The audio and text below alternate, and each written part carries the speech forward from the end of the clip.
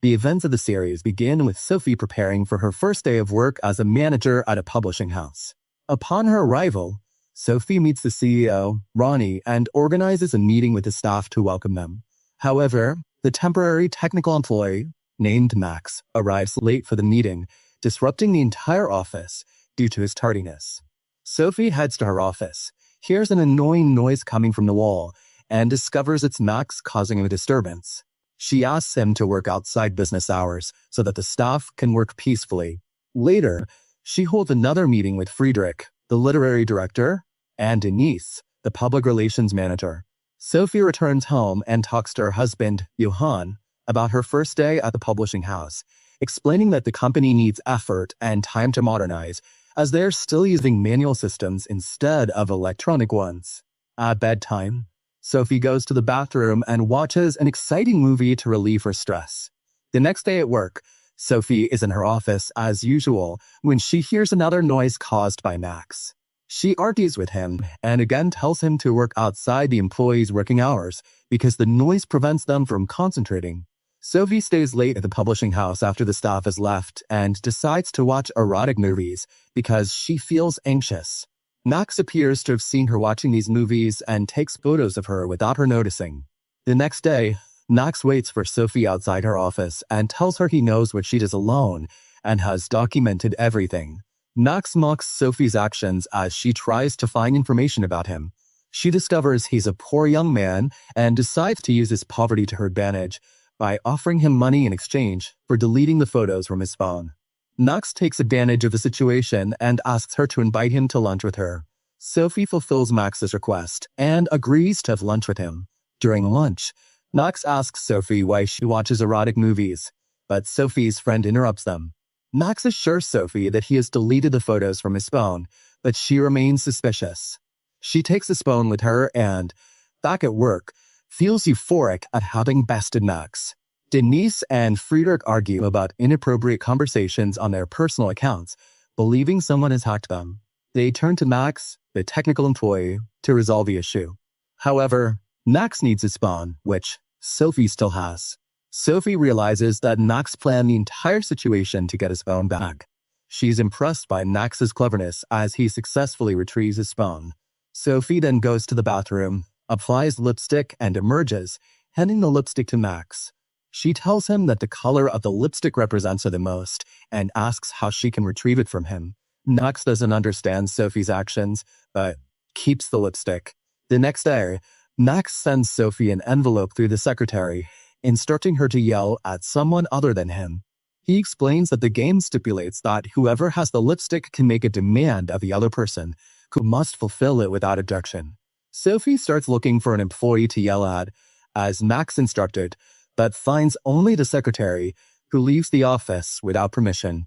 However, the secretary reminds Sophie that she had asked to leave early, unaware that this is part of a game between Max and Sophie.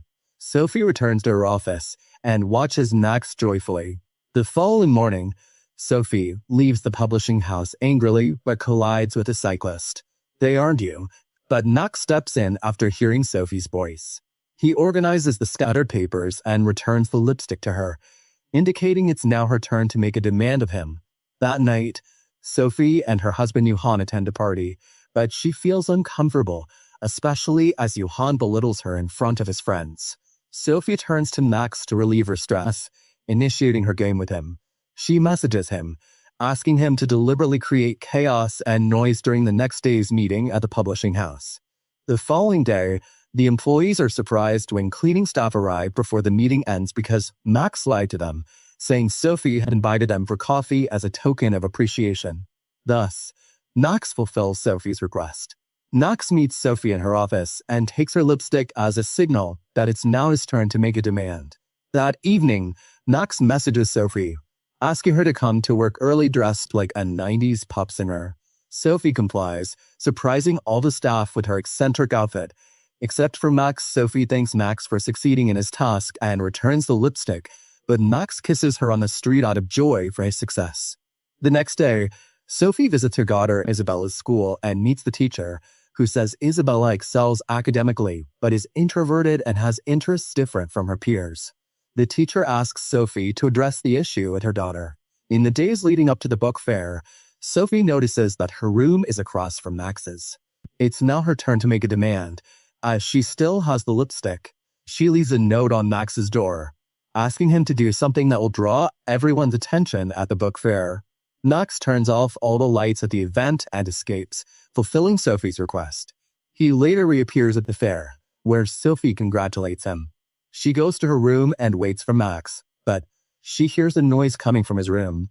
Looking through the peephole, she sees him standing nervously outside her door. The next day at the press conference, Sophie and Max have lunch with the publishing house staff. Sophie notices Max talking to the secretary and becomes jealous. She whispers in his ear, asking him to make the lunch more exciting, but Max is unsure how to act. He notices the kitchen is empty and decides to lace the desserts with a drug. Max warns Sophie not to eat the candy before carrying out his plan. Everyone eats the desserts greedily. During the press conference, Friedrich and Denise argue, and the entire staff becomes unconscious from the drug, except for Sophie and Max. The next day, Sophie asks Max to go to the pool with her. They enjoy their time together, return to the hotel, and make love for the first time.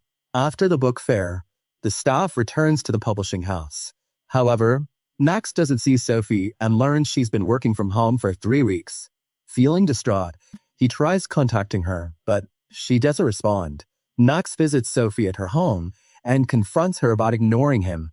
Sophie admits their relationship was wrong but feels weak in his presence and starts a new relationship with him. Suddenly, Johann arrives home and notices Max's presence. Sophie lies, saying Max came to fix the dishwasher.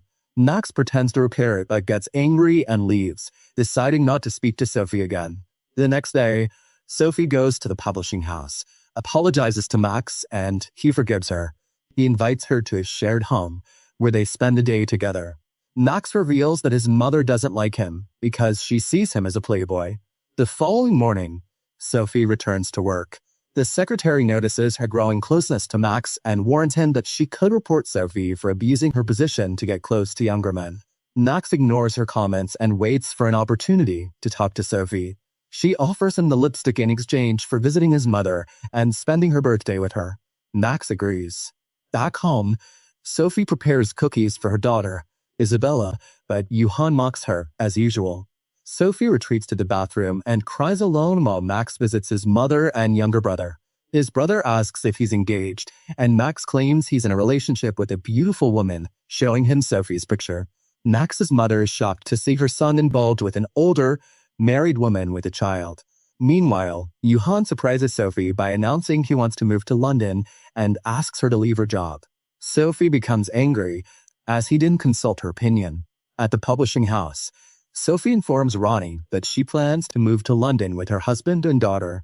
Max overhears this, becomes confused, and confronts Sophie in front of the staff. They step outside to talk, and Sophie angrily tells Max that their relationship is madness, not love. She confesses she regrets meeting him, then throws the lipstick away.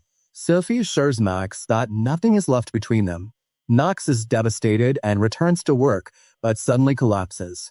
He wakes up and breaks down in tears. Sophie is also heartbroken and hopes for a miracle to reunite with Max. The next day, Johann suggests they go out with friends to ease the tension between them. As usual, Johann belittles Sophie in front of his friends, claiming her father is insane. This time, Sophie stands up to him, replying sharply in front of everyone. She storms into the publishing house, dressed in a bathrobe, and interrupts a meeting where a woman tears up her work contract due to Sophie's actions. Sophie leaves the meeting, and Max follows her.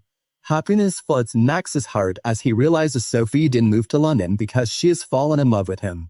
She defied her husband, Johann, and societal norms, rejecting traditions that oppose a relationship between an older woman and a young man still trying to find his way in life.